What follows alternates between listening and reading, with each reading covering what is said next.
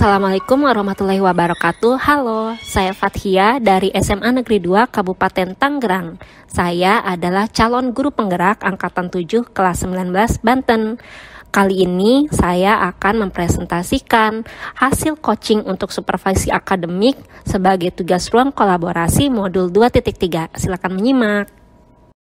Fathia lagi sibuk? Sepertinya lagi ini. Oh enggak, saya kira di depan laptop sedang sibuk. Saya boleh duduk dekat sini? Boleh silakan. Oke. Iya, Bu Tia, saya mau ngobrol sharing sama Bu Tia kalau berkenan. Oh boleh, tentu boleh Bu Ruri. Kenapa Bu Ruri? Gini Bu Tia tahu ya kasus Zahra kemarin, dan saya berada di tengah-tengah masalah tersebut, Bu Tia. Memang seperti yang kita ketahui sebelumnya kan memang Zahra sudah ada masalah ya, Bu. Iya. Tapi kemarin sore itu saat pulang sekolah, saat saya sedang berkendara menuju rumah dari sekolah, saya bukan memergoki sih bahasanya, saya melihat Zahra itu di pinggir jalan sedang melakukan hal yang sebenarnya tidak sesuai dengan norma kebaikan. Norma umum. Iya. Saya berusaha untuk tadinya secara reaktif saja gitu ya, saya ingin turun dari kendaraan dan menghampirinya, tapi akhirnya saya urungkan, Bu, karena kejadiannya sudah di luar lingkungan sekolah. Oh iya benar. Gitu. Dan tadi pagi saya sudah bicara sama wali kelasnya. Wali kelasnya juga sudah cukup kewalahan, akhirnya dilimpahkan ke guru BK. Nah, persis di jam pertama memang saya mengajar di kelasnya Zahra. Tapi Zahra terkesan menghindar, terkesan menjauh, bahkan ada tatapan seperti tidak suka ke saya. Gitu, Bu. Menurut Ibu, apakah yang saya lakukan ini salah? Iya, sulit ya Bu, karena kita juga menginginkan yang baik-baik ya untuk siswa. Iya. Saya belum ngomong sih, belum sempat bertemu dengan guru BK-nya. Hanya saja nanti nih di jam terakhir kebetulan saya akan mengisi kelasnya lagi sebagai jam pengganti. Dan saya akan bertemu dengan Zara lagi. Tadi saja di koridor berpapasan, Zara seperti menghindar, Bu. Oke. Kalau berarti keadaan yang Ibu harapkan itu inginnya Zahra bersikap seperti biasa gitu. Oh iya, tentu saja. Saya inginnya sih Zara bersikap biasa saja ya, terlepas apapun masalah. Karena ya kita ini kan institusi pendidikan ya. Dan anak melakukan kesalahan itu menurut saya wajar. Disinilah justru tempatnya kita membimbing, membina anak tersebut. Tapi tadi saya sempat begitu papasan sama Zara, saya sempat mendengar dia seperti entah menggumam, entah sengaja atau agar saya mendengar atau gimana, dia seperti bilang guru cepu gitu. Dan itu mengganggu saya sekali gitu. Saya jadi kepikiran, Bu.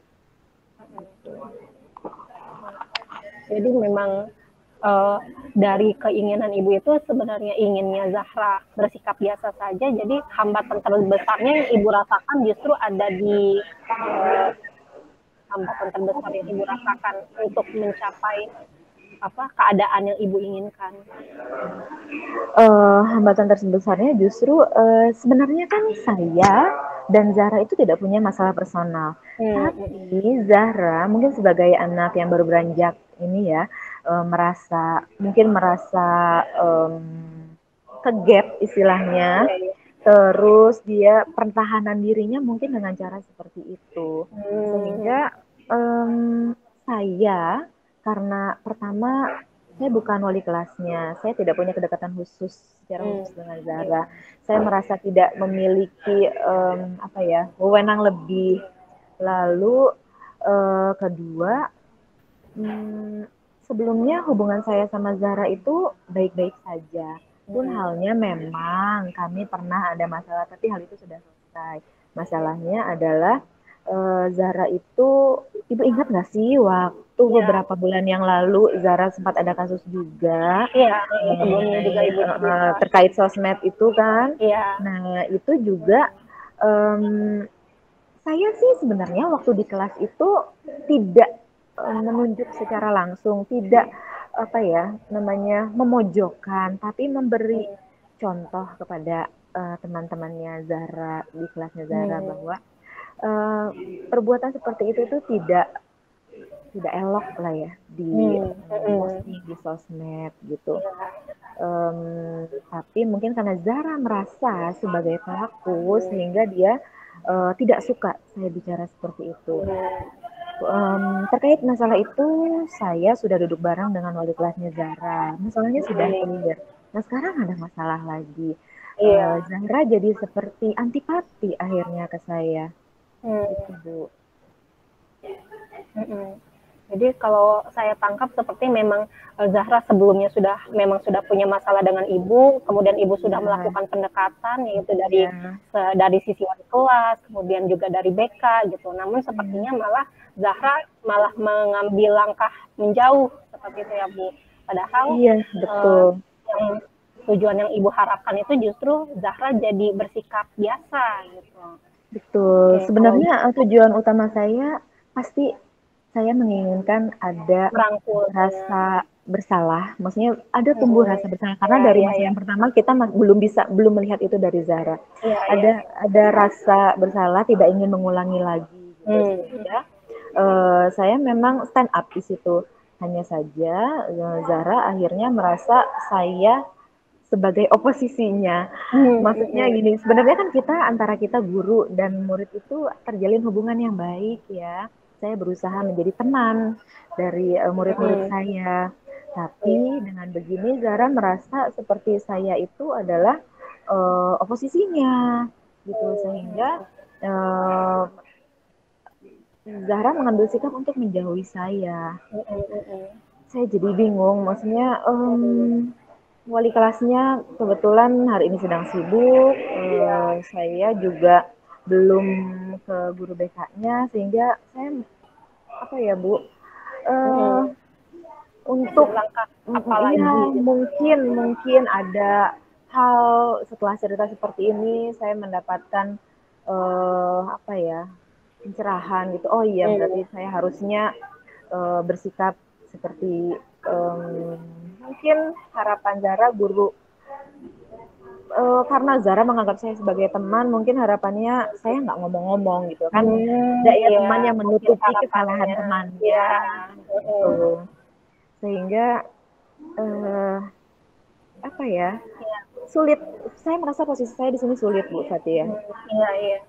Jadi ekspektasi dari Zahranya berbeda ya, Bu ya. Betul, sangat berbeda ekspektasi Zahra dengan apa ya?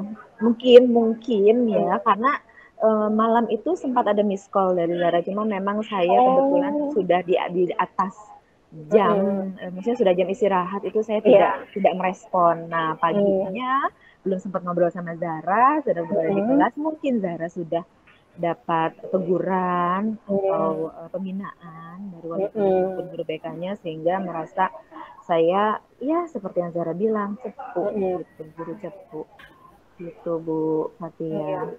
Tapi Ibu sudah mengambil pendekatan loh, udah mengambil pendekatan ke wali kelasnya, ke BK, kemudian juga memposisikan sebagai teman. Nah kira-kira langkah apa lagi ya Bu yang bisa yang belum Ibu lakukan? Mungkin baik. Mungkin nanti sebenarnya saya ada jam di kelas sebelum jam terakhir. Mungkin saya akan luangkan 10-15 menit waktu untuk memanggil Zara, duduk bareng dengan Zara, Mungkin juga bisa nanti saya mengundang wali kelasnya jika memungkinkan Iya, ya benar. untuk duduk Sebagai orang bareng tua. gitu. Karena di sini saya merasa saya juga perlu menurunkan ego saya untuk saya di sini merasa benar, hanya saja Iya. saya juga memposisikan diri sebagai Zahra. Maksudnya Zahra tuh inginnya saya seperti mungkin sebagai temannya menutupi, hanya saja kan itu tidak memungkinkan untuk kami sebagai Iya. guru ya. Kita kan nggak bisa menutupi keburukannya siswa gitu. Kita justru harus mengarahkan ke arah yang lebih baik gitu Iya. kan ya Bu ya. Mungkin itu langkah yang saya akan ambil. Saya akan duduk bareng dengan Zahra dan jika memungkinkan dengan wali kelasnya. Oh, bagus itu Bu. Sepertinya itu tepat sekali memang rencana. Kira-kira kapan Bu akan bagusnya dilaksanakan? Nanti setelah jam istirahat kan saya ada jam, tapi let's say izin ke guru piket untuk sekitar 10-15 menit izin memberikan tugas mandiri dulu ke kelas saya untuk kemudian memanggil Zara ke meja saya atau ke ruangan. Mungkin ada ruangan yang di sebelah ruang BK itu, mungkin bisa di sana nanti ya.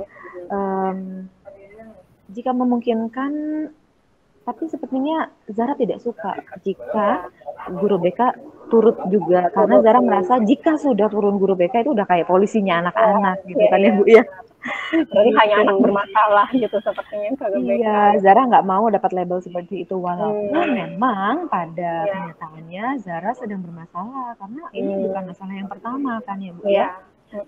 Seperti Zara tuh entah, kalau waktu kasus yang pertama dia bilang ya untuk cari perhatian saja. Saya tanya apakah memang kurang perhatiannya di rumah? Iya, karena latar belakangnya seperti yang kita tahu kan ya, memang dari keluarga broken home sehingga dia terkesan cari perhatian.